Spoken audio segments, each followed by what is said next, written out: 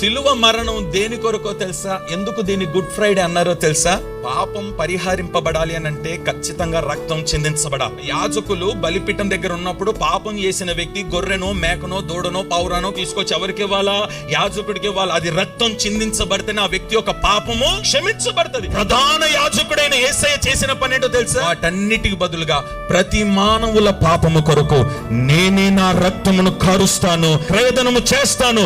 ఇక మీదట పాపము అనేది లేకుండా నేను నా రక్తము చేత తుడిసి వేస్తాను. ఈ భూమి మీద ఉన్న యోధులు, యుద్ధ వీరులు, రాజులు, అధికారులు, గొప్పవారు, ధనవంతులు ఎంతమంది రక్తము చిందించినా ఆ రక్తము కొన్ని క్షణాలలో ఎండిపోయి అందులో జీవము లేకుండా ఉంటుంది. కానీ నేను ప్రకటిస్తున్న యేసు క్రీస్తు 2000 సంవత్సరాల క్రితం కార్చిన రక్తములో నేటికి జీవముంది.